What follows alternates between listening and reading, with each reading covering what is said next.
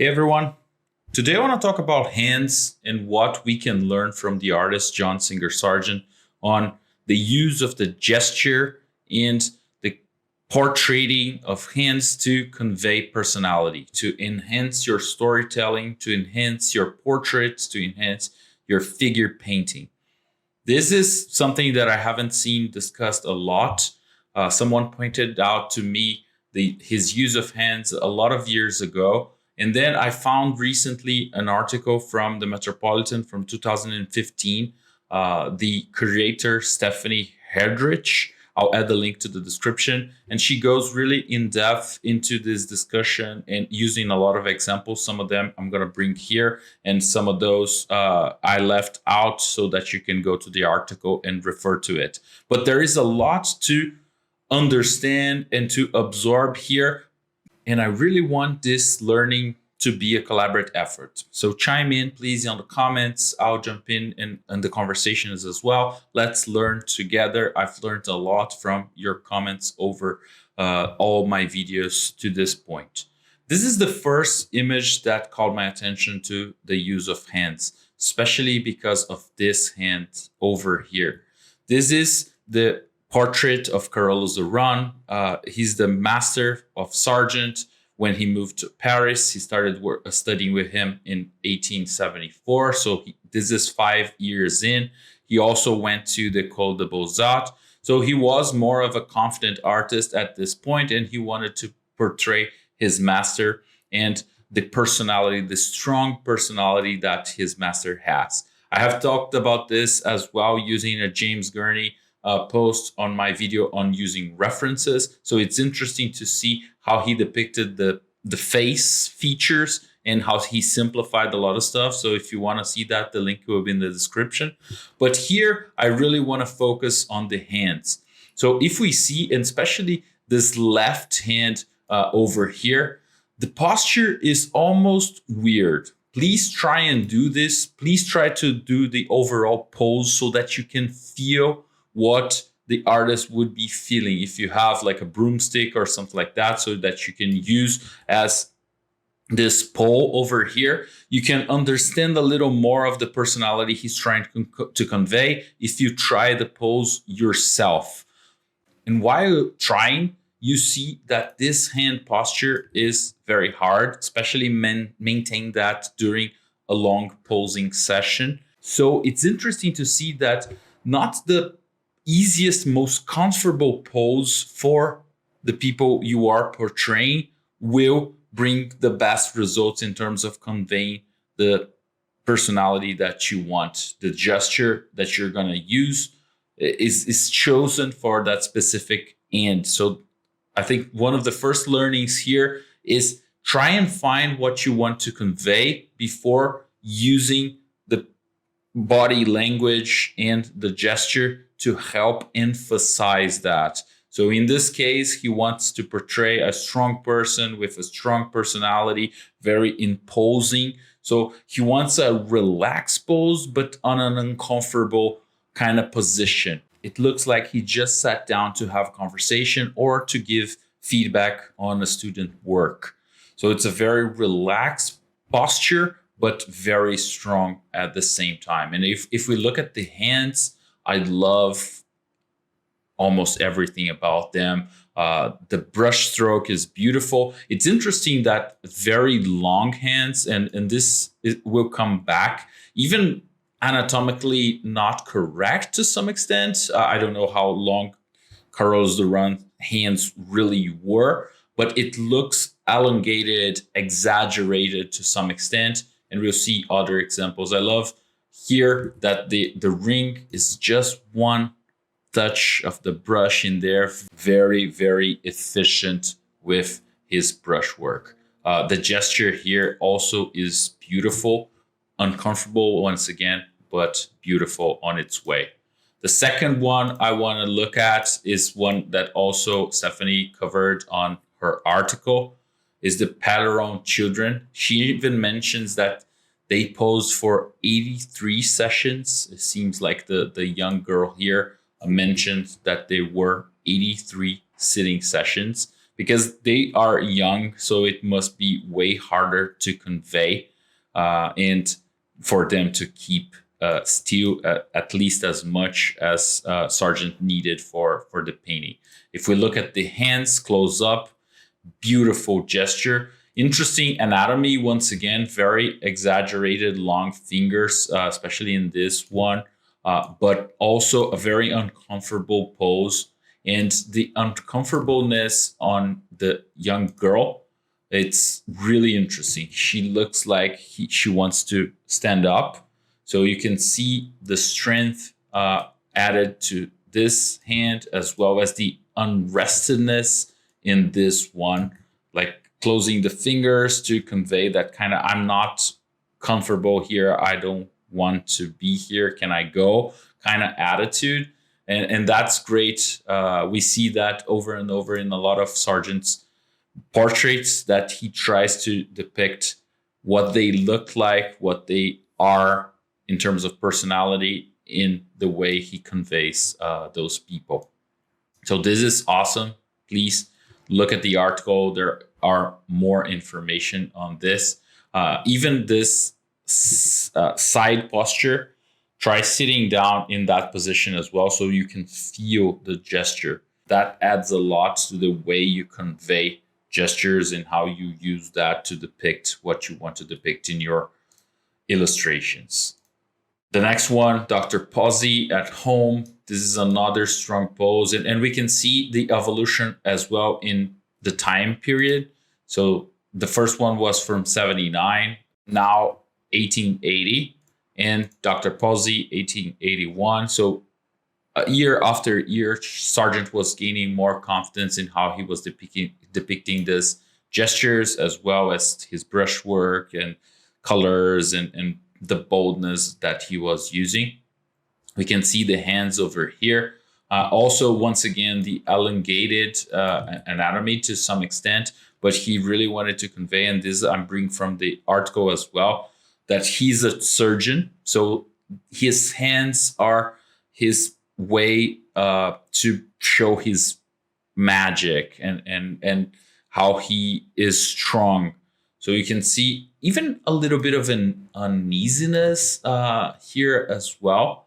So it's a trade-off on how you want to convey the strength of the personality and the ability of the doctor with how he positions himself. The article comments, and a lot of different people comment on this. There is an awesome video by Great Art Explained. I'll add a link to the description as well, talking about this. But he was a centralizer. So a little bit of this shyness, if I can say, that I see, at least that's my opinion. I'd love to hear what you think.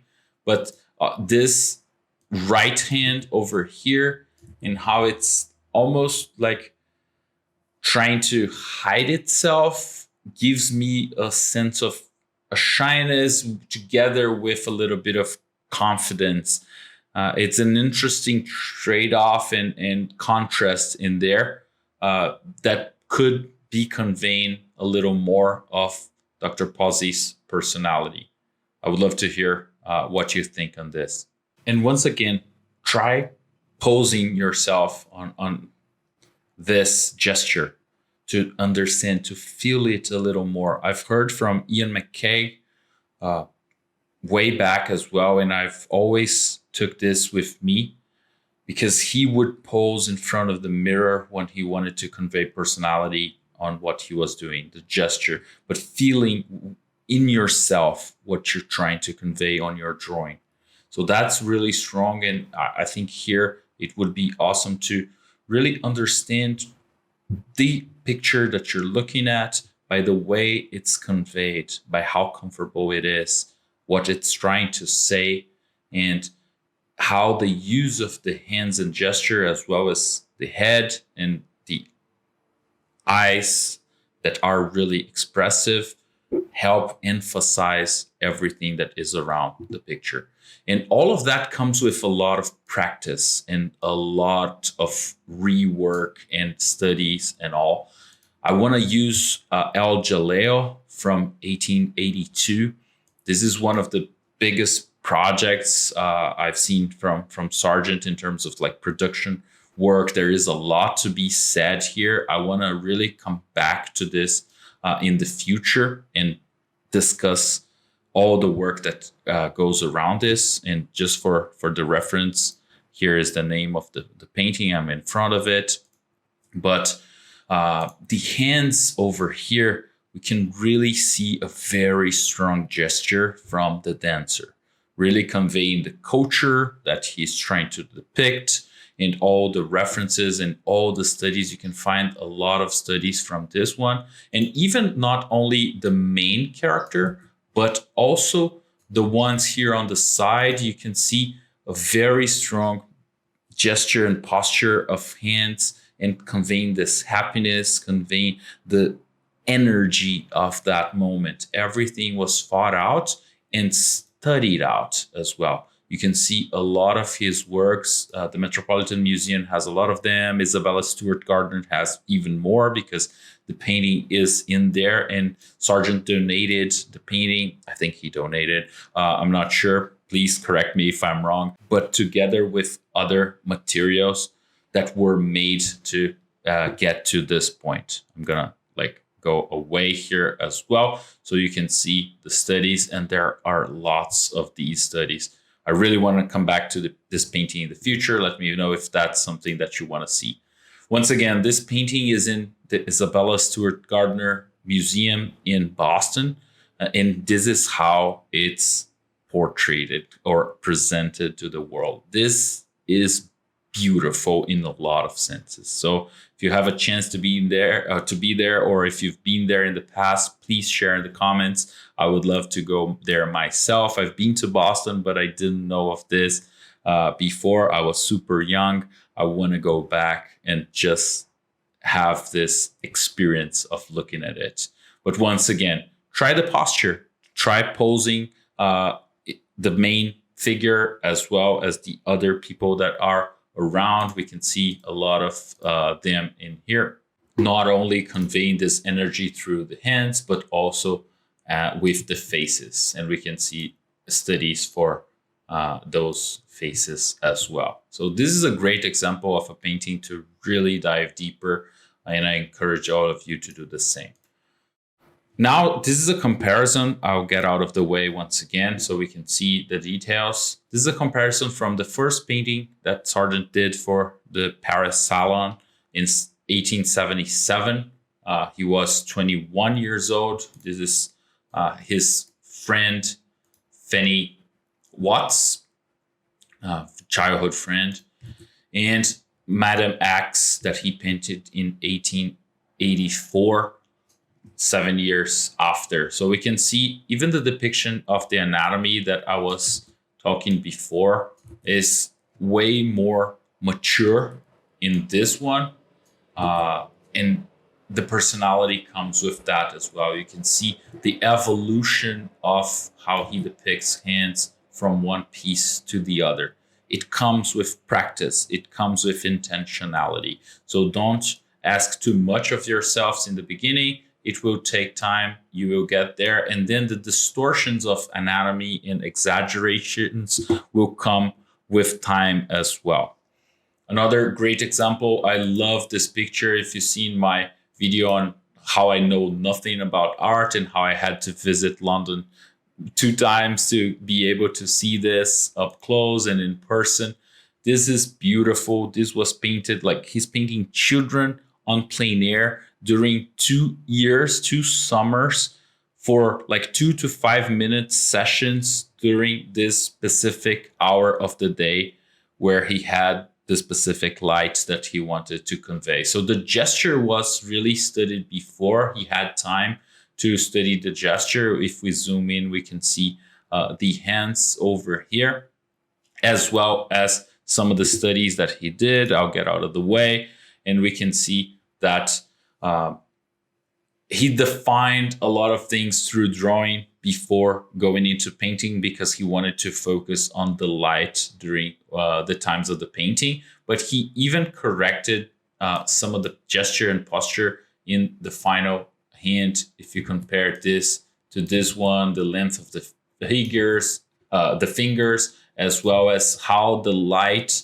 is different in each plane. So this plane that is facing down is receiving a lot of the light from the fire here, as well as the upward facing planes of the hand are receiving more of the skylight. So it's really interesting to see as well how you understand what's happening there to really convey that in the final image. But I would love to see those drawings in person as well. They must be beautiful. And there is even a possibility to look at some of the drawings, the preparatory drawings in the Tate, London, if you have the opportunity, or if you have seen them, please share in the comments. Another great example now of the exaggeration that we talked before.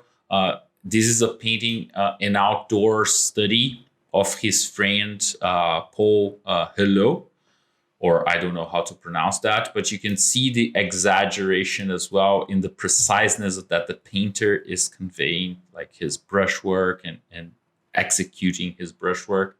I love the gesture in that. Also try and do it. It's very strong.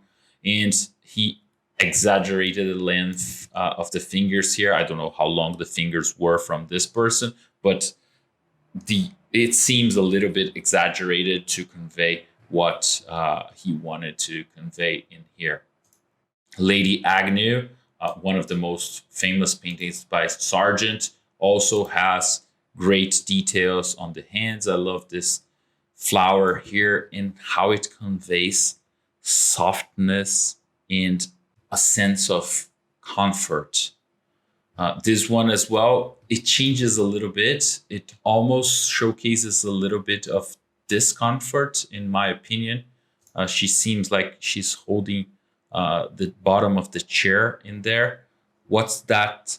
What does that have to say of her personality and how comfortable she was during this sitting session? So it's really interesting to think of these things and try to convey that. You can see here, Lady Agnew is from 1892.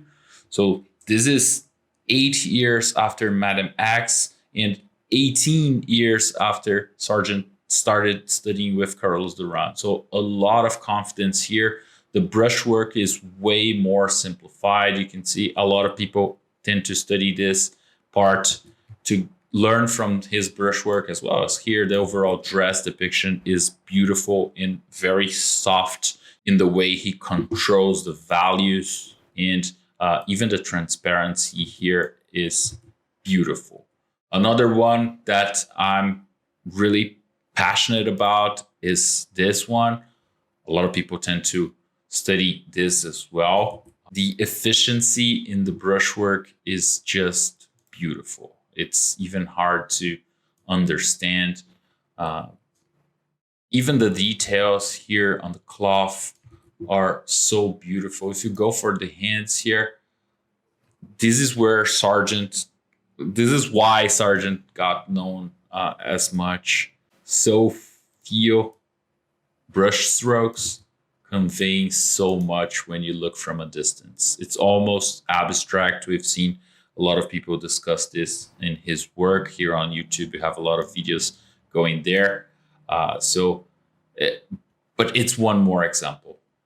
Try posing as that as well. Once again, to convey, to understand the personality he's trying to convey here. And if you love the dress here, the cloth, the drapery, you probably will like this painting as well, from around the same era. This is 1911 and this one is from 1908.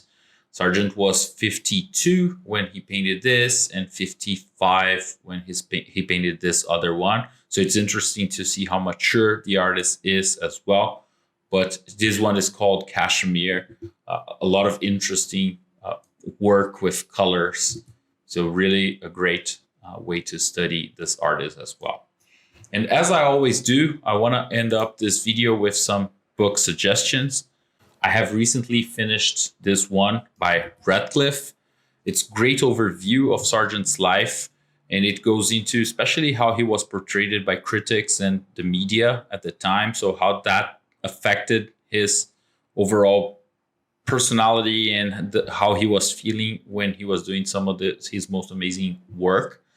I also love the discussions brought by Richard Ormond in the catalog Raisonné. These three are the first ones just focus on portraits. So if you want to look at his portraits in a deep dive, this is the books. These are the books to go. Richard is a relative of Sargent, and he is one of the biggest names in art history, art historians studying Sargent. I also want to point out to Barg. I did a video here on the channel on Barg discussing the importance of observation drawing and what it can bring. A lot of the academic way of teaching that potentially Sargent was learning in the École des Beaux-Arts had a lot to do with this, learning from casts and studying life drawing, as well as Loomis. His book on heads and hands is very famous. I haven't studied this one, to be honest. I would love to hear your thoughts. I did study this one by Bridgman. And if you're studying Bridgman, I highly recommend looking at the videos by Marshall Van Droof.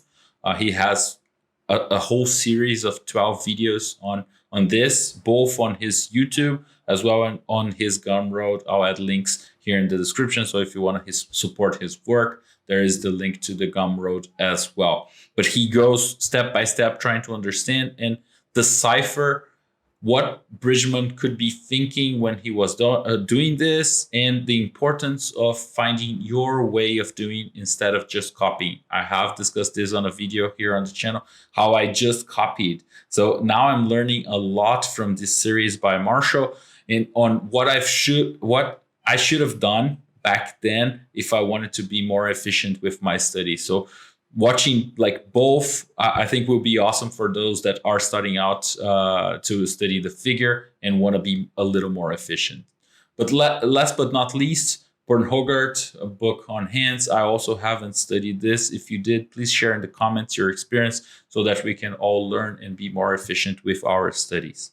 I hope you enjoyed this video and it made you more excited to understand hands, understand posture, and use that to convey personality and convey storytelling in your illustrations. I think that will help improve your overall illustrations, and it will be super exciting to really pose yourself and have more of that strength and more passion into what you were trying to convey. So once again, thanks for watching. Thanks for staying to the end. I hope we can catch up in other videos in the future. Take care.